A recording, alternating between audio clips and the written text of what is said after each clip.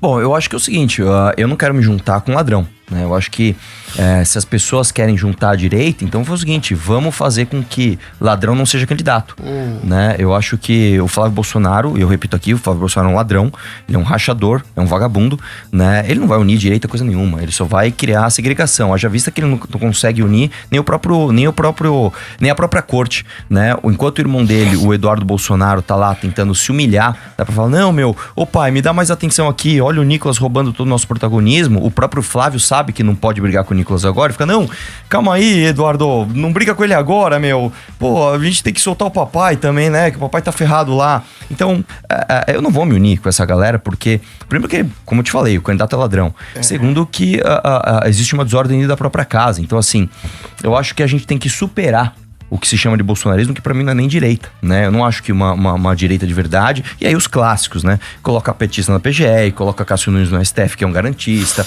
acaba com a Lava Jato, sanciona a lei que acaba com delação premiada e cria juiz de garantias, acaba com decisão monocrática, com o fim da decisão monocrática, né? E depois sofre na mão dessas próprias. Então eu acho muito triste que a gente hoje ainda pense em unir a direita. Eu sinceramente, eu nem sei se o Adriles acredita que haja alguma união, né, Adriles? Eu acho que...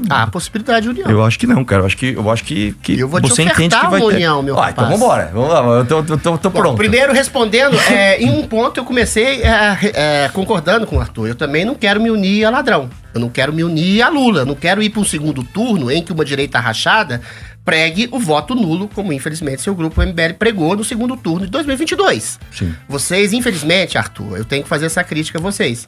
Vocês ajudaram a entregar o Brasil nesse caos, nesse desastre, nesse esgoto do judiciário que a gente está comandado e capitaneado por um consórcio entre Lula e o STF. Eu tenho também críticas ao bolsonarismo. Eu tenho críticas ao Bolsonaro, até porque eu não sou queridinho nem do Nicolas, nem do Eduardo, nem do Flávio.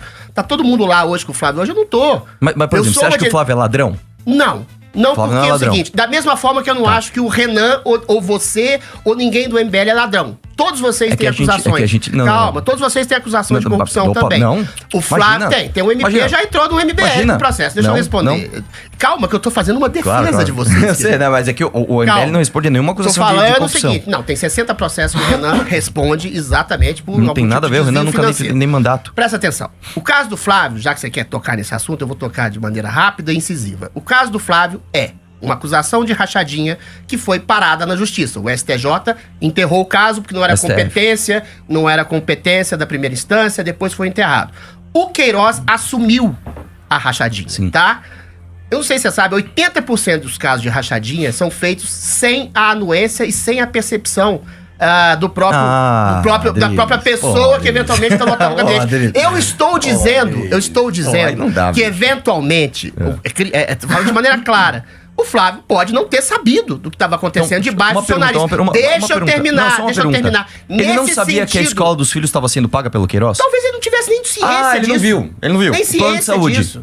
Tem ciência disso. Talvez ele fosse uma coisa complacente em relação ao próprio Queiroz, que admitiu que anuiu que fez a rachadinha. Outra coisa, então, por exemplo, um policial militar que pagou um boleto de 16 mil e falou que esqueceu como foi reembolsado. Isso é uma coisa normal? Você sempre empresta 16 mil pro seu amigo? O que você pode acusar o Flávio de maneira concreta e objetiva é que ele não tinha ciência completa do que passava no seu gabinete. Você vai chamar ele de ingênuo? Eu também vou achar ele de ingênuo. Pô, mas aí eu também quero ser ingênuo. Mas enquanto não houver uma comprovação de que ele tinha um liame, uma relação direta com o chefe de gabinete que admitiu que fazia uma rachadinha, eu vou dizer a mesma coisa que eu disse pra você. Ele era chefe de gabinete dele, bicho. Eu vou dizer a mesma coisa que eu disse pra você no primeiro debate. Bolsonaro nunca teve uma acusação direta de corrupção contra ele. Nunca. Nada. Apenas dos seus, em alguma medida, apaniguados. É complicado você administrar uma estrutura de um Estado gigantesco e nunca haver um escândalo de corrupção dentro dessa estrutura. No gabinete é a mesma coisa. Sempre tem um cara, você já trabalhou no gabinete como deputado estadual, tem um funcionário. Eu já demiti 2 funcionários meus por falcatruas, meu amigo.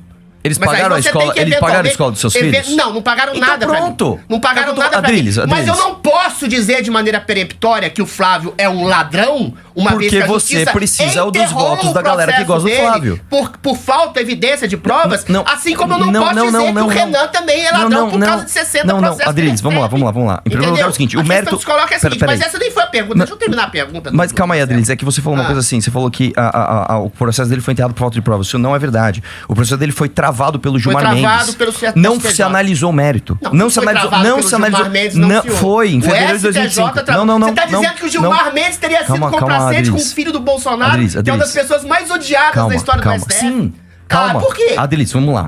Então, vamos lá. Eu vou te mostrar uma coisa. Em fevereiro de 2025, não acredite em mim, pode usar o Google agora e pesquise.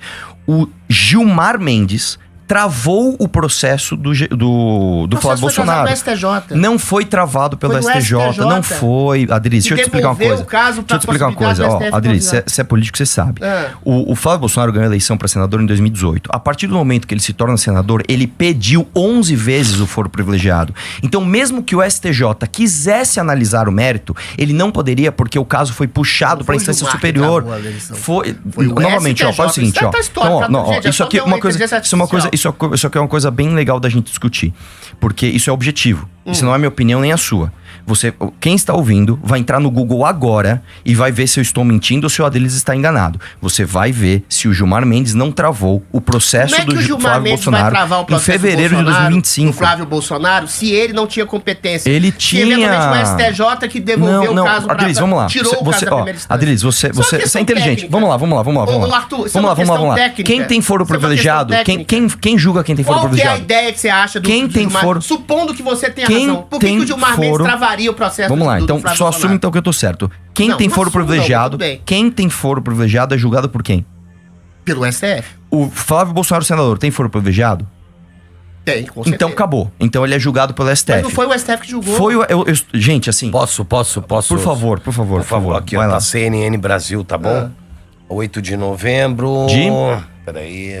É só ver. E a pergunta, quem travou o Flávio Bolsonaro? STJ anula decisões contra Flávio Bolsonaro no caso das rachadinhas. De quando que é essa notícia? Oi? De quando que é essa notícia? Peraí, só ver aqui no final. Isso foi anulado pelo STJ. De quando que é essa notícia? Deixa eu só ver aqui. Porque agora entrou isso aqui. Estão confusos, eu sei de cor. Eu sei de cor. Então, façam o seguinte, gente. Façam o seguinte, ó. Pesquisem se o Gilmar Mendes, em fevereiro de 2025, não travou o processo dele desta justa forma. Ele falou, ó, vocês não podem analisar isso, então traga o mérito para o STF. Esta notícia é sobre o que eu estou acabando de dizer agora. Mas o STJ que travou. Não, gente, meu Deus do céu, gente. Vamos lá. O STJ falou, eu não posso analisar isso, porque o processo não cabe mais a mim. O STJ não olhou e falou assim, não tem provas que o Flávio rachou. Não foi isso. Leia a matéria. Não sejam leitores de manchete.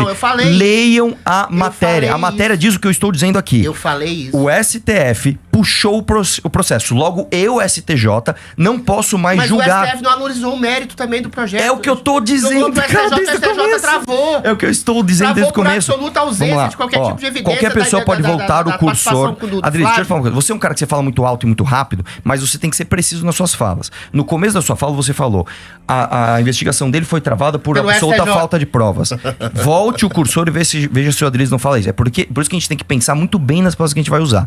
Eu estou dizendo pra você, o mérito do Flávio Rachador nunca foi analisado pela justiça.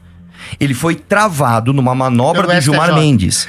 Do Gilmar Mendes. Manobra é uma questão subjetiva, Arthur. Vamos lá, então manobra vamos tirar... Eu te dou esse mérito. Não adianta gritar, é mentira, mas eventualmente eu te dou esse mérito. Você acha que o Gilmar travou a possibilidade de investigação do Flávio Bolsonaro? Eu não acho. O Gilmar Mendes, dos demais ministros do STF, com exceção de 2, são os maiores inimigos, são os caras que jogaram o Bolsonaro na cadeia. Ele tá dizendo que o Gilmar Mendes, que é um algoz do bolsonarismo, que é um algoz da direita bolsonarista, travou as investigações contra o Flávio, que é o filho do Bolsonaro. Então me responde por que o Jair Bolsonaro falou pro Eduardo Bolsonaro não criticar o Gilmar.